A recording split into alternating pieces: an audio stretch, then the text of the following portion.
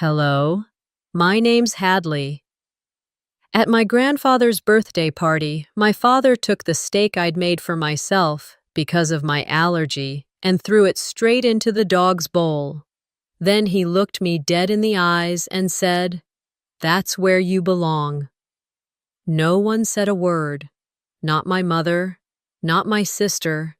But that wasn't the beginning. That was just the first moment they stopped pretending. They erased me from family photos, cut me out of the will, lied to the entire town about who cared for my dying mother, and now they're telling a story without me. But why go so far? Just to make one person disappear. The breeze carried the scent of lemon from the pitcher on the side table and jasmine blooming somewhere along the back fence.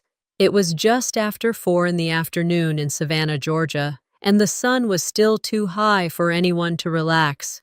Most of the family had found spots under the string lights or near the shaded porch, sipping iced tea and complimenting the roast pig. Everyone seemed at ease, everyone except me. I held my own container like it was glass, because it was a rectangular Pyrex dish with my steak inside, lightly seasoned with nothing but garlic and salt. I had prepped it that morning in my kitchen with sterile tools and the confidence of someone who'd survived anaphylaxis once and had no plans for a repeat. People nodded and smiled as I walked past, but I noticed their eyes drop to my dish. One cousin whispered something behind her hand to another. I gave a soft, polite smile and set the steak off to the far side of the serving table, away from the casseroles and mayonnaise-heavy salads. I didn't expect fanfare. I just wanted a quiet meal, maybe 5 minutes with my grandfather if he felt well enough. But as always, even that was apparently too much to ask. Zinnia was the first to approach, tall, glossy, in her usual white linen that somehow never wrinkled. "Oh, Hadley. You brought your own food again?" Her voice had that honey and razor blade lilt she'd perfected in middle school. "I have to," I said simply, not bothering to explain the allergy. She already knew. "Well," she said, tucking her sunglasses into her hair, "you do what makes you comfortable. The rest of us can risk a little spice." I exhaled slowly and moved to sit down, only to find my place card missing. A folding chair had been set aside for me near the dog bowl and trash bin, not with the rest of the immediate family, not even in the shade. I stood there, just blinking at it. That's when I felt his presence before I saw him. Cyrus Devane, former county sheriff, my father in name only, stepped into view. His boots were polished. His white dress shirt was tucked in like he was inspecting a crime scene. He looked at the table, then at me. Without a word, he reached past my hand, lifted the Pyrex container with my steak, walked 3 steps to the dog's bowl, and dumped it. The steak slid out, hit the metal with a wet slap. "That's where you belong," he said. I didn't move. I couldn't. The silence that followed was worse than gasps. It was the sound of complicit normalcy. Someone laughed nervously. Zinnia said, "Dad," in a tone that was more about optics than concern. I looked at the steak bleeding into the kibble. When I finally turned toward my mother, she wasn't looking at me. She was smoothing her napkin, folding it into precise little squares. I walked toward her anyway. "Mom," I said quietly, "did you see what he just—" "Sweetheart," she said, cutting me off. "Let's not make a scene. You know how he gets when he's tired." I stared at her. She patted my arm, avoiding my eyes. "He didn't mean it. Just don't ruin the party." I stepped back, 1, 2 paces. Then I turned and walked away from the gathering, past the food table, past the string lights, past the conversations that picked right back up once the moment had passed. I stopped near the garden shed. There was no one there, only the soft hum of a ceiling fan inside the house and the slow sinking of the sun. I used to think being invisible was safer than being seen, safer than being targeted. But now I understood something new. Silence wasn't protection. It was permission. They didn't defend me because they didn't have to. Because I had taught them that I wouldn't fight back. I could taste copper at the back of my throat. This time, I wouldn't let it pass. I didn't react right away. After watching my father toss my carefully prepared steak into a bowl meant for the family dog, and hearing him say what he said in front of everyone, I didn't scream or throw anything. I didn't even cry. I just stood there, jaw clenched, while every nerve in my body screamed for a response I wasn't ready to give. Instead, I turned, slowly, and walked toward the back steps leading into the house. I needed air, but not from the garden, from silence, from something that didn't reek of grilled meat and fake forgiveness. As I pushed through the screen door, the air changed. Cooler. Still. The hallway smelled faintly of lavender furniture polish and the lingering warmth of cornbread from earlier that morning. It was oddly familiar, like muscle memory tied to growing up invisible in your own home. The bathroom door on the right creaked the same way it always had. I ignored it and moved to the hallway mirror instead. I caught a glimpse of myself, shoulders drawn in, hair pulled too tight, eyes too tired for someone my age, and that's when the memory hit me. 15 years old, the first and only time I tried to stand up to my father.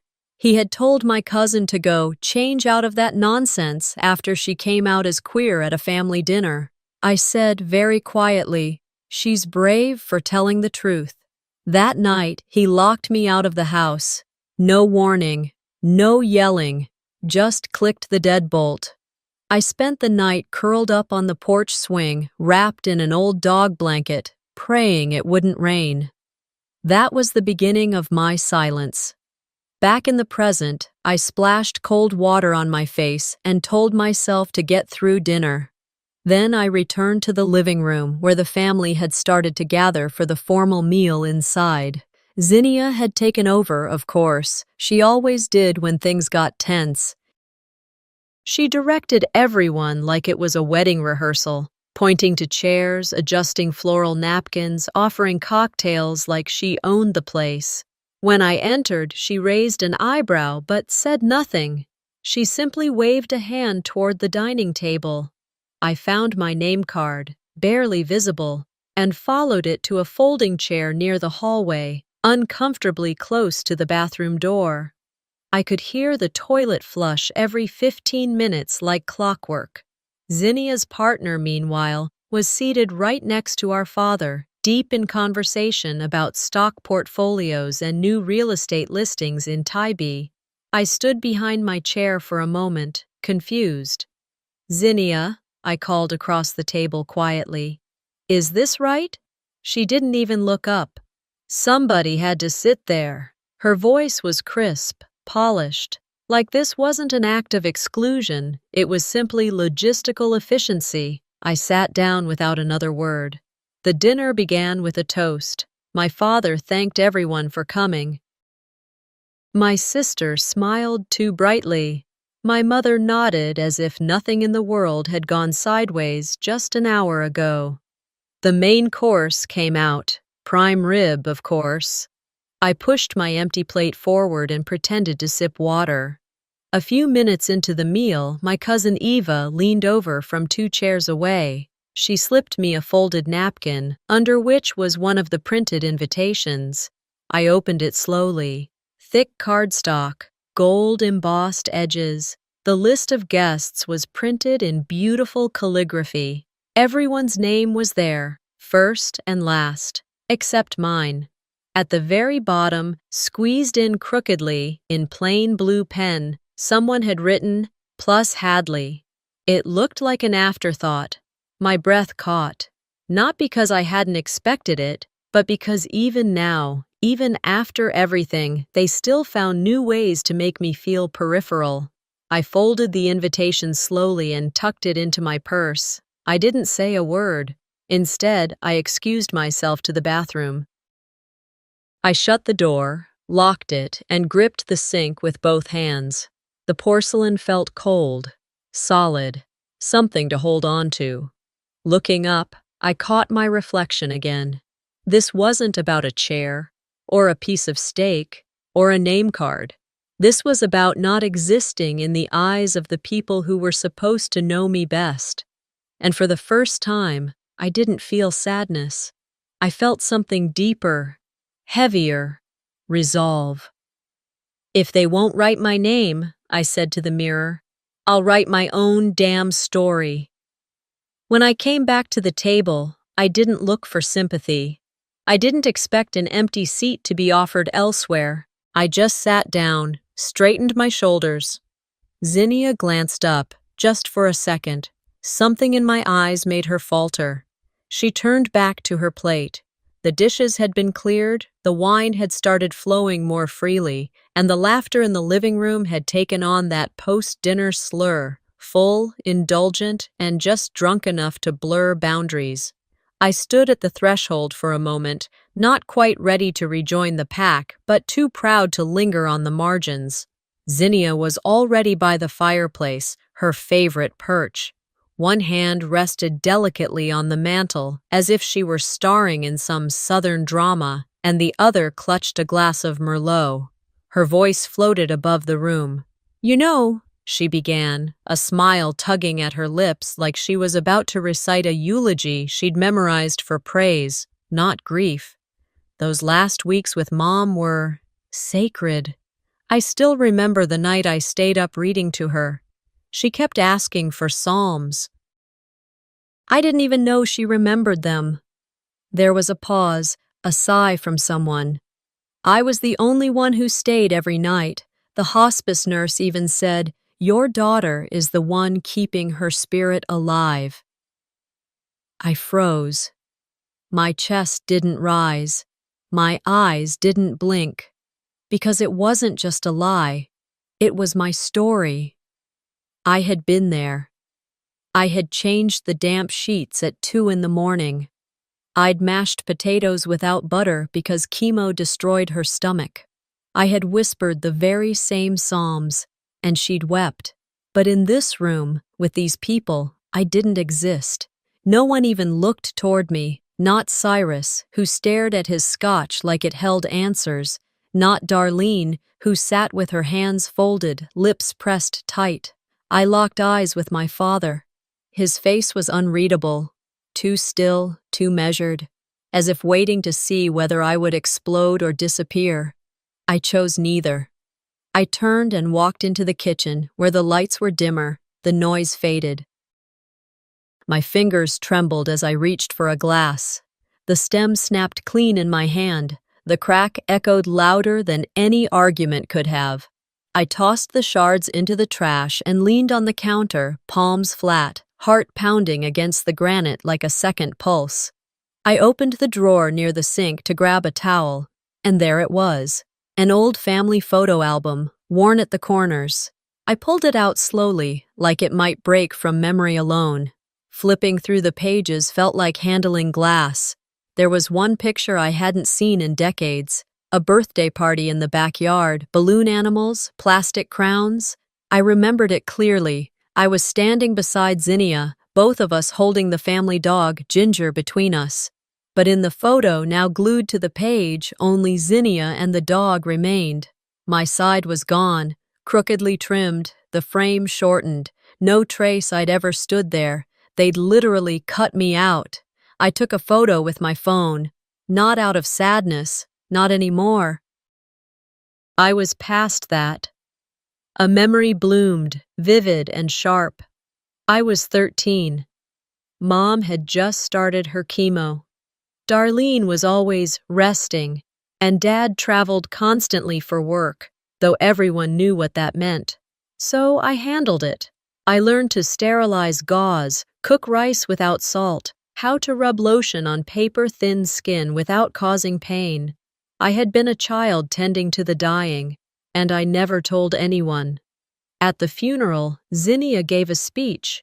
People cried. She said, I was the one holding her hand. I'd stood in the back row, alone. Now here she was again, rewriting my history like it belonged to her. I looked back at the photo in my phone. Then I opened my notes app and typed one line. If they won't remember me right, I'll make sure the world knows the truth. I didn't need revenge. I needed the record corrected. After everyone left and the house returned to silence, I stayed up most of the night. Sleep never really stood a chance.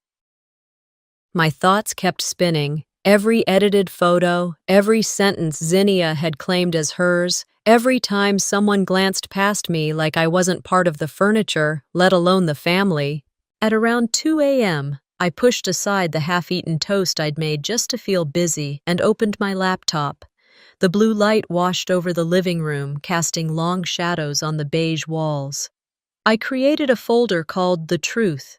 It felt absurd and necessary at the same time. Inside, I started filing away everything: snapshots of the photos, text files of what I remembered from Mom's final days, even the seating chart from last night. A timeline of sorts, not for court, for clarity, for memory. As the sun finally crawled over the fence outside the living room window, I heard my phone buzz. Then buzz again. At first, I thought it might be Zinnia finally growing a conscience, but no. It was a screenshot, forwarded to me by accident from Eva, my cousin. The family had a group chat called Divane Core. I wasn't on it.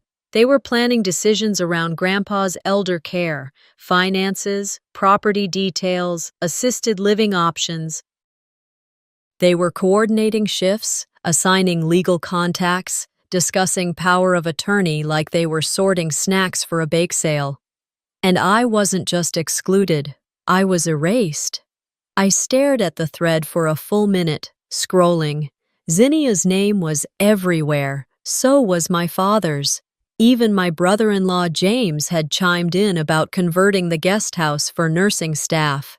I called Zinnia immediately. She picked up with a voice too sweet, like she already knew she was cornered.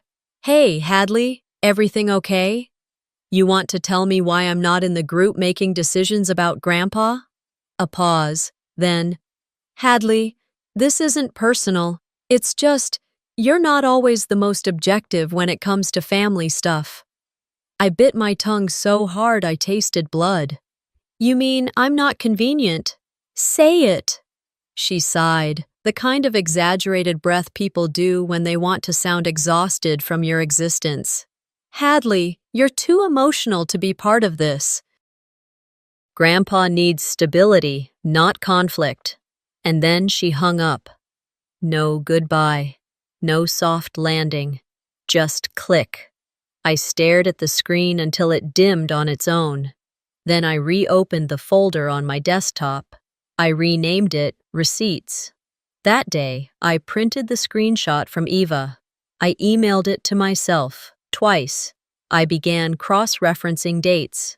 When had Grandpa last spoken to me? When was the will revised? I found the old family holiday card and scanned it. My name was missing from that too. By the time the afternoon sun stretched across the tile, I had compiled enough documentation to write a memoir, or at least an exposé. Still, I didn't send anything. Not yet. Later that week, I walked over to Zinnia's house to drop off a casserole dish Mom had once gifted her. A courtesy more than anything. As I passed her front porch, I paused. Through the open window, I could hear voices. A familiar cadence, too many people talking at once. They were on a family Zoom call. I heard my father's voice first. "We'll have to move fast if we want the papers finalized before probate gets messy." Zinnia chimed in with some comment about consolidating power. James joked about cleaning house. No one said my name. Again. I stood there for a long moment, letting the weight of it all settle into my ribs like damp cotton, heavy, impossible to shake off. But I wasn't afraid anymore. I wasn't surprised either. I walked home, casserole dish still in hand. I didn't belong in their story. Fine. But I had my own pen. The invitation arrived in a heavy white envelope, like something meant for a wedding or a political fundraiser. thick paper, gold embossing. Zinnia always did love her drama in cursive. It was addressed to Ms. Hadley Devane, which was the first oddity, considering I hadn't been a Devane on paper since I changed it legally after college. Still, I opened it with steady hands. You are cordially invited to a memory dinner in honor of our beloved mother, Darlene Ames Devane, hosted by Zinnia and James Wright. I reread it twice. The date was Saturday evening, 1 week after the implosion of the family chat. I thought about ignoring it, pretending it never arrived, but I knew why I had to go. Not for them, not even for Mom. I needed to see what they'd say when they thought I wouldn't. When I arrived at Zinnia's house, everything looked curated, soft lighting, white flowers in narrow vases, background piano music floating from a speaker hidden behind the bookshelves. Guests with wine glasses murmured about Darlene's grace, her elegance. Zinnia greeted me like a hotel concierge, professional, warm, and slightly over-rehearsed. "I'm so glad you made it," she said, brushing air past my shoulder instead of actually hugging me. I nodded. Wouldn't miss it. I moved toward the back of the room, past the hors d'oeuvres and people who glanced, then quickly looked away. I took a glass of water and didn't touch it. After dinner, when the lights dimmed just slightly and the plates were cleared, Zinnia stood beside a projector. "We wanted to end the evening with something special," she said, "a collection of moments that remind us who Mom was and what she meant to all of us." The video began. Soft music. Family photos faded in and out. Mom holding baby Zinnia. Zinnia in kindergarten, Halloween, First Communion. A birthday where Mom was frosting cupcakes while Zinnia licked the spoon. Hospital visits, Thanksgiving tables. Her final days. Zinnia spoon-feeding Mom in a chair, a slow-motion fade-out like a film school thesis. I sat still, silent, not one frame of me. Even in the moments I remembered clearly, me rubbing lotion into Mom's paper-thin skin, braiding her hair when she didn't want the nurses to see it messy. They had chosen to edit me out. It wasn't just absence, it was deletion. I looked down at my lap. My hands were folded, calm, but my stomach churned. The lights came back on. Applause, brief and awkward.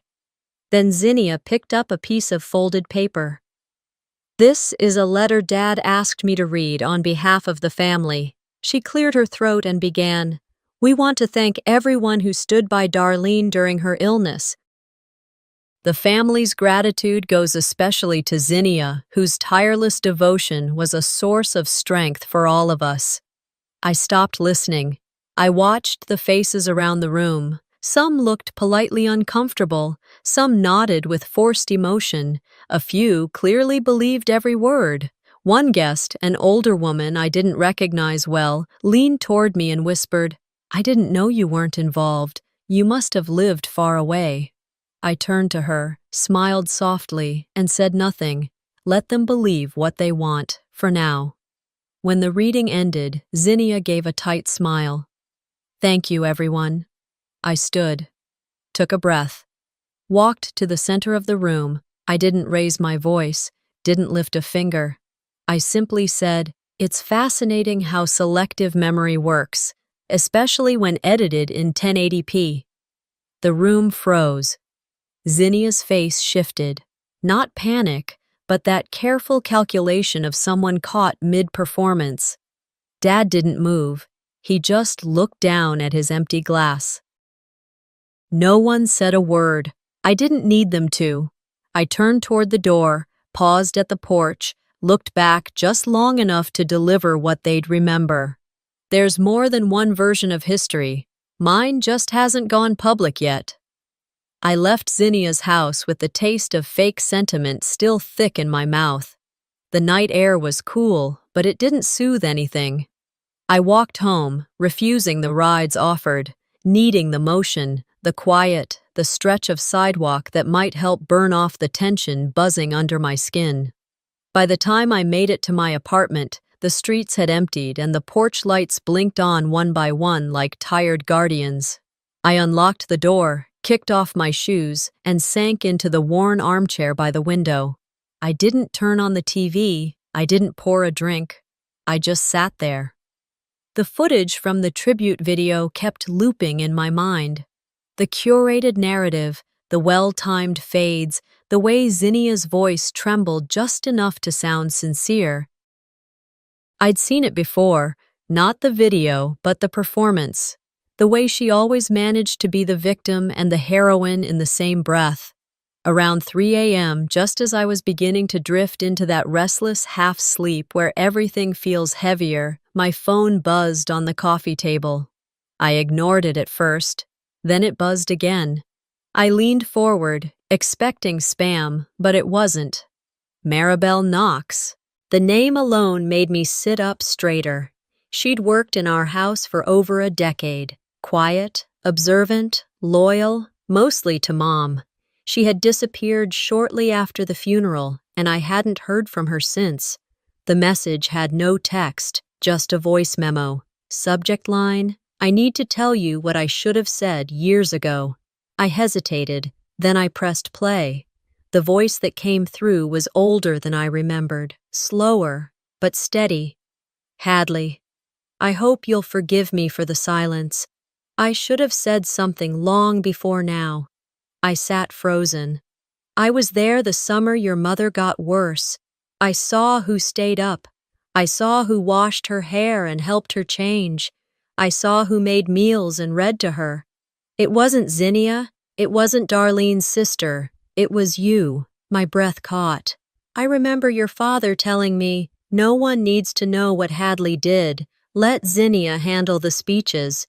And I was scared, so I kept quiet." I shouldn't have. The recording ended with a shaky inhale. No apology, just the facts. I didn't cry. I listened again. Then I saved the file to my desktop, and a flash drive, and my backup email. Then I sent it to myself from another address. I wasn't going to let it vanish. I typed a reply. "Thank you, Maribel. I'll handle the rest." Then I stood up, stretched, and walked to my kitchen. I poured a glass of water, sat at the counter, and opened my laptop. A folder already existed. Receipts. But tonight, it got heavier.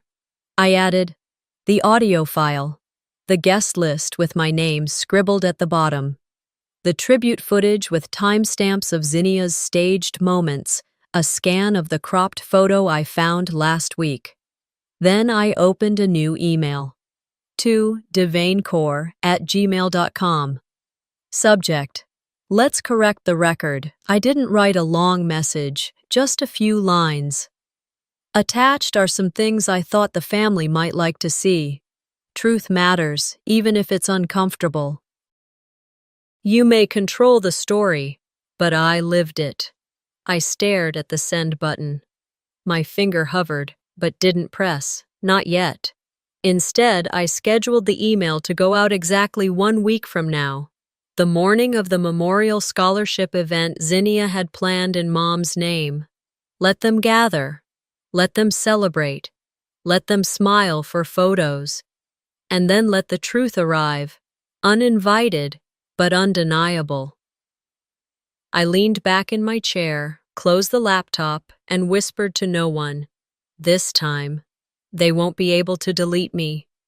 By Thursday morning, my scheduled email was locked, timed, and sitting in the cloud like a loaded slingshot. I had reviewed it 6 times, double-checked the attachments, rewrote the subject line 3 times before settling on, "For the record." I thought that would be my first strike, but Zinnia moved first. Just before lunch, my phone buzzed with a family-wide message.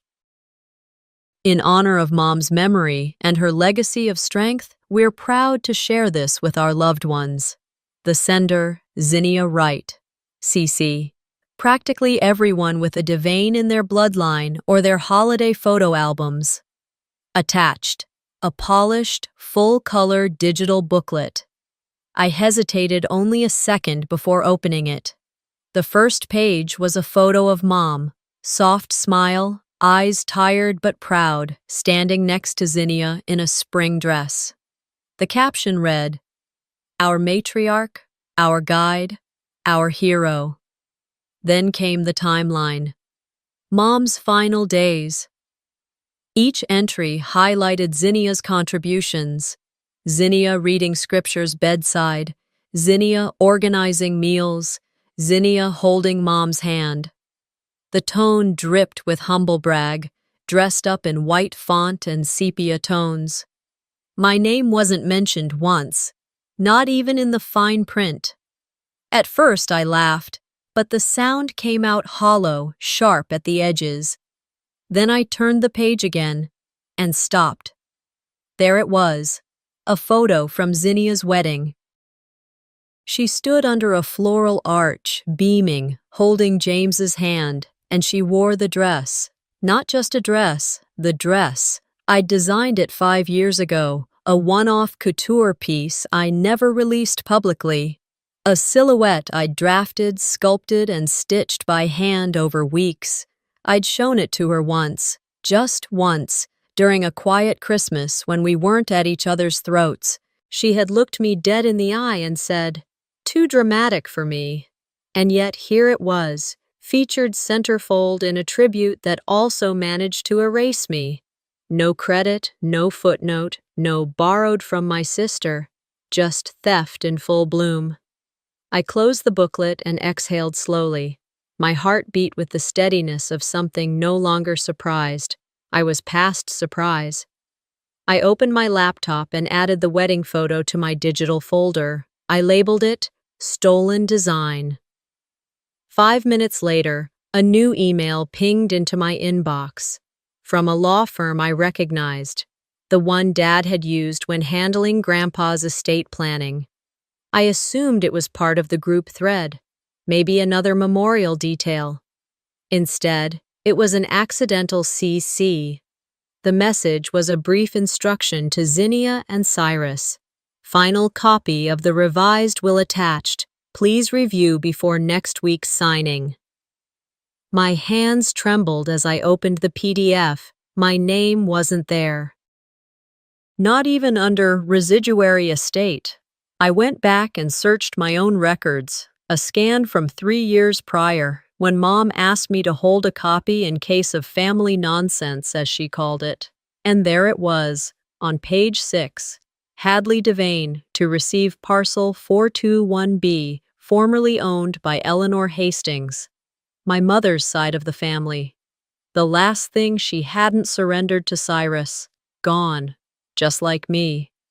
They didn't just want to rewrite the past, they wanted to strip me from the future too. I didn't cry.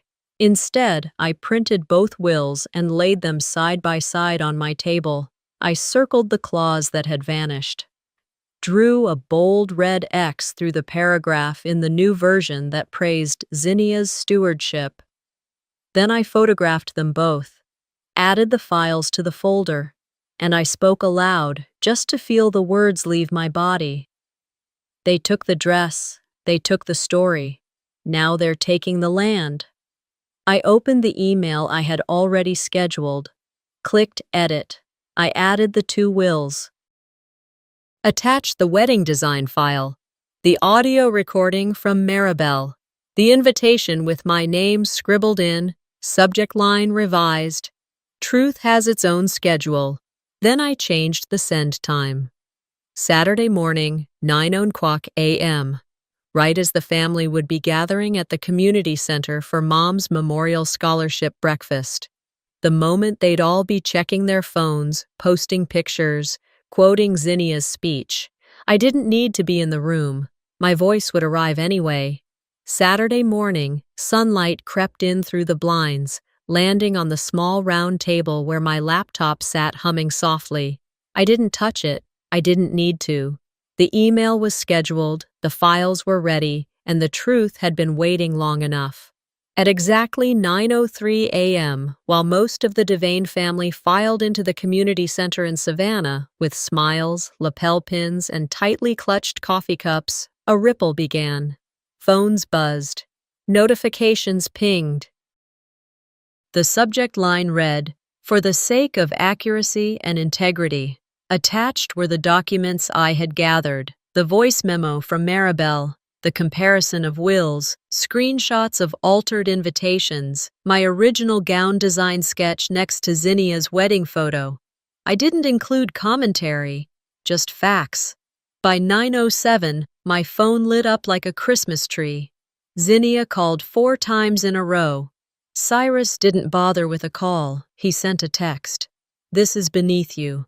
I stared at those words, beneath me, as if gaslighting, omission, and theft were somehow elevated behavior. But setting the record straight was disgraceful. I didn't reply. Not yet. My cousin Ava left a voicemail. Her voice cracked, saying, "I didn't know, Hadley. I really didn't know." I believed her. But silence isn't neutral when it protects the wrong version of events. Back at the event, I imagined Zinnia pacing near the podium, scanning faces for signs of reaction. She didn't have to wait long. At 9:23 a.m., as she stood with a hand on her chest, ready to deliver her memorized speech about legacy and family, Aunt Lunel rose from the second row. Lunel had always been quiet, not passive, observant. Her silence wasn't weakness, it was calculation. Without asking for a mic, she stepped forward and said, "Before anyone says anything else today, I have something that needs to be heard." According to the video Ava later sent me, the room went still. Lunel's voice wasn't angry, it was clear. "I don't know who edited what, but I know who showed up. The person who gave Darlene the most peace in her final weeks isn't here today, not because she couldn't be, but because we didn't want her to be." A murmur rolled through the chairs. "She cooked for her, cleaned her, sat beside her when the rest of us said we were too busy or too far away." She paused, looked at Zinnia. "And shame on us for letting this tribute become a pageant of erasure." No one clapped at first. But then one of the scholarship students, a young woman seated in the back, slowly began to clap. Then 2 more. Then all of them. Zinnia didn't speak after that. Her face, once media-ready, was pale and unreadable. I watched the clip alone, sitting on the edge of my bed. I didn't smile. I didn't cry. But for the first time in weeks, my chest felt less like armor and more like skin. That evening, apology calls trickled in. Some were brief, awkward acknowledgments of not realizing. Some were longer, full of tears and timelines and, "If I'd known." Zinnia didn't call. Cyrus left one message, "I hope you're happy." I didn't respond, because he was right. I wasn't happy, but I was no longer invisible, and sometimes that's the first step toward peace. The next morning, I sent one last email, not to the family, but to the Savannah Daily Press. A short op-ed, just under 500 words. It read, "Legacy isn't about photo albums or polished eulogies. It's not who stands at the mic. It's who showed up in the dark moments, when there were no cameras, no witnesses, no applause. The people we remember most aren't always the ones who made the noise. They're the ones who told the truth when it was inconvenient. We don't protect legacy by editing the story. We honor it by telling it honestly. Even if that truth is uncomfortable, even if it's inconvenient. They told a story without me. I didn't erase it. I just added the missing chapter." The Sunday after the memorial came with no expectations, no calls, no new drama. Just quiet, the kind that doesn't demand anything from you. I brewed a pot of coffee and let the scent fill the corners of my small apartment. The table by the window held a growing stack of mail, but something about this morning felt different. I walked over, flipped through bills and flyers, until my hand landed on a small envelope with crooked handwriting. There was no return address, but I knew exactly who it was from the moment I saw the purple crayon smudged into the corner. Micah. I opened it carefully. The card was homemade, folded printer paper, drawn stars, and a stick figure that I assumed was meant to be me. Inside, in big, uneven letters, "Aunt Hadley, I didn't know you were Mom's sister. I'm sorry I said that dumb thing. Can I visit your garden sometime?" I read it 3 times. The apology wasn't rehearsed. It wasn't forced. It wasn't about protecting anyone's image. It was the kind of truth only a child could offer. Simple, real, disarming. I placed the card next to my mug and took the first full breath I'd had in weeks. That afternoon, I walked to the community garden behind the nonprofit center where I'd started volunteering a year ago. It used to feel like an escape, a place where nothing required explanation, where people grew things without being asked to justify why. Spring had arrived in the flowers before it arrived in the air. Yellow marigolds bloomed alongside sweet peas, and the tomatoes were already stubborn with green. I wandered between the raised beds, waved at a student planting herbs, and settled onto the old wood bench beneath the dogwood tree. From my bag, I pulled out a folder I hadn't opened in a long time. Inside, a letter I'd found folded beneath one of Mom's sweaters the week after her funeral. It had no envelope, no date. Just my name on the top in her cursive that always leaned slightly to the left. "Hadley, I'm sorry I didn't speak louder for you. I should have, but I see you. I saw everything. I love you more than I ever showed." That was it. No long explanations, no qualifiers, just those words. They didn't undo anything. They didn't fix years of quiet pain or erase the damage left behind by other voices, but they anchored something in me that had been drifting for far too long. I folded the letter back into its crease and watched a bee settle briefly on the edge of my boot. I didn't need my father to call.